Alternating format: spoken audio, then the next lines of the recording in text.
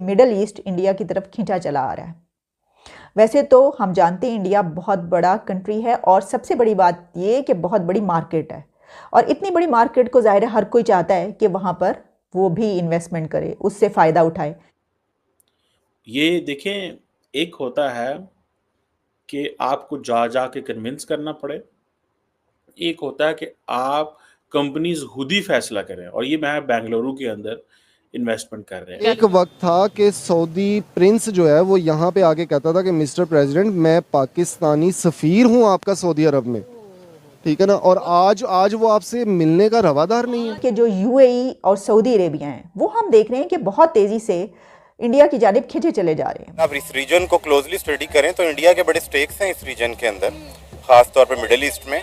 अगर man power के हवाले से देखा जाए, नंबर एक वो, फिर अगर आप उसको मॉनेटरी टर्म्स में लेते हैं तो इन्वेस्टमेंट्स उनकी बड़ी ह्यूज हैं।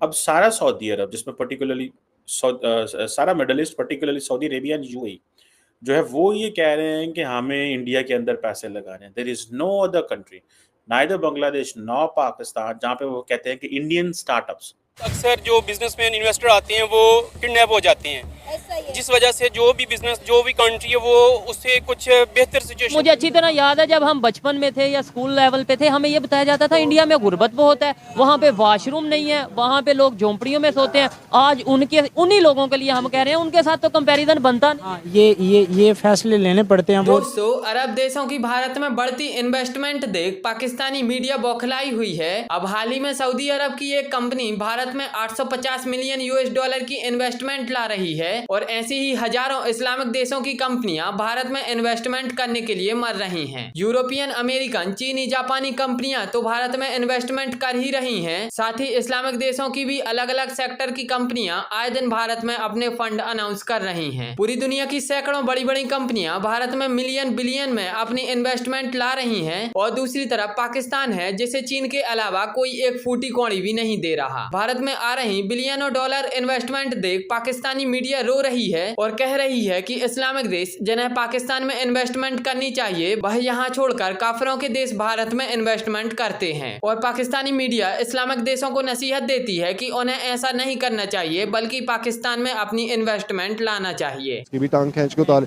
तो हमें एक सोचे समझे मंसूबे के तहत हमें गरीब और अनएजुकेटेड रखा जा रहा है। इंडिया की बात करें, वो भी कि एक टाइम था और बहुत पुराना बहुत टाइम सारे नहीं इंडिया है। की बात करना चाह रहे हैं, हम बांग्लादेश की बात करेंगे। हमारे यहाँ पे एक मुहावरा इस्तेमाल होता था कि तुम टके के आदमी नहीं हो। अब हम 3 टके के लोग नहीं हैं। वो अगर 1 टके की नहीं रहे तो हम 3 टके से भी गिर गए हैं, ठीक है ना। तो हमें इस हाल में पहुंचाने वाला कौन है? हमारी अगर अफगानिस्तान की बात करें, उनकी करेंसी भी हमारे से बेहतर है।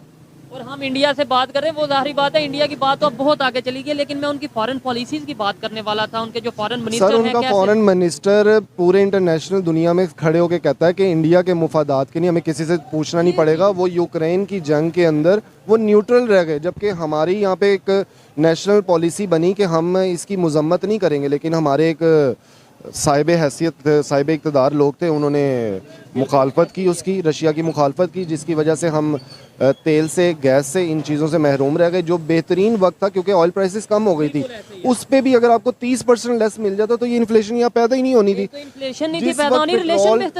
150 रुपए का था, तब हमें 70 रुपए का मिलना था, और 120-130 रुपए बैरल जो है ना वो डॉलर पे पहुंचा हुआ था। तो आज जब वो 80-82 रुपए पे पहुंचा हुआ है, हम 250 रुपए लेने पे मजबूर हैं। इसका जिम्मेदार कौन है? ये 22 करोड़ आवाम जो खते गुर्बत से नीचे पहुंच गई, इसका जिम्मेदार कौन है? किसके?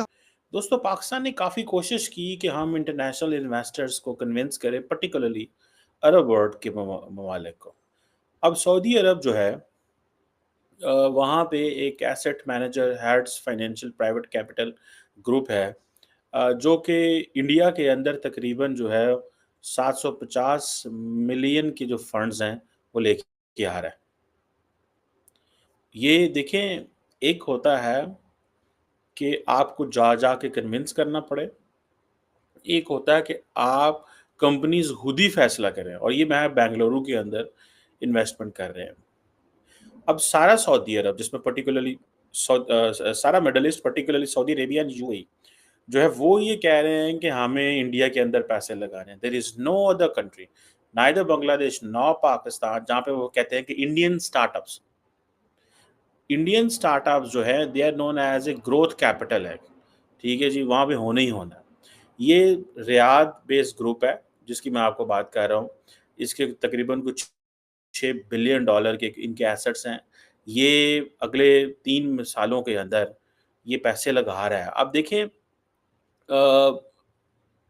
ये ज़्यादातर जो पैसा जाएगा, ये इंडिया की होम ग्रोन कंपनीज़ में पैसे लगा रहे हैं। इट मीन्स कि इंडियन कंपनीज़ के अंदर इतनी जान है कि वहाँ पे आके बाहर से लोग पैसा इंजेक्ट करेंगे। और ये आप देखें कि the Saudis have stopped looking India from a lens of Hinduism. When it comes to business, the Saudis are looking India only purely from a business lens. They don't see India as a Hindu India. For the last 77 years, Pakistan has tried everything to convince the Muslim world कि भाई देखें वो Hindu country है, मुसलमानों को अच्छा नहीं समझते, वहाँ पे मुसलमानों के साथ ज़्यादती हो रही है। कश्मीर में देखें उन्होंने क्या किया हुआ है, ऑर्गेनाइजेशन ऑफ इस्लामिक कोऑपरेशन जो है वो अपनी एक लगी हुई है।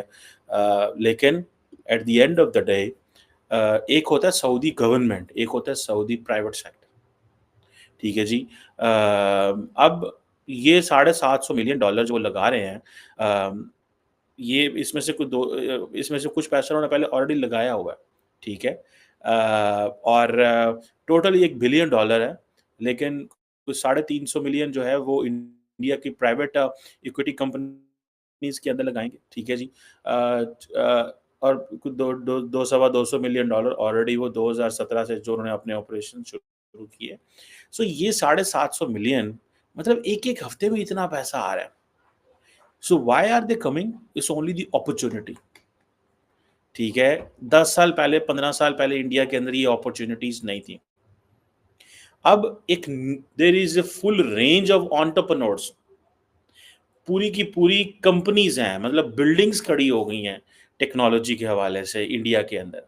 और ये इसे कहते हैं, Indians are calling this as, या the foreigners are calling this as home grown ecosystem, जो कंज्यूमर गुड्स में है और बहुत सारी और जगहों में अंदर है। So it's a lot of money. और प्राइवेट इंडियन कंपनीज के अंदर इट मींस कि इंडिया कंपनीज पहले ऑपरेशन शुरू करते हैं, they have a plan, they do something, then they ask the foreign investors के देखे भाई आप इस स्टार्टअप में पैसा लगाओगे, ये रिटर्न ओवर इन्वेस्टमेंट है, आए और आपको फायदा मिलेगा। अब जितने भी मिडिल ईस्टर्न फंड्स जो आ रहे हैं, कई स्टेट ओन्ड है और कई प्राइवेट जो है वो है कि जरिए आ रहे हैं। सो ये हमने तो बताया गया था कि बहुत सारा जो पैसा आ रहा है that is coming in Pakistan, ठीक है, क्यों नहीं आ रहा? जो बलूचिस्तान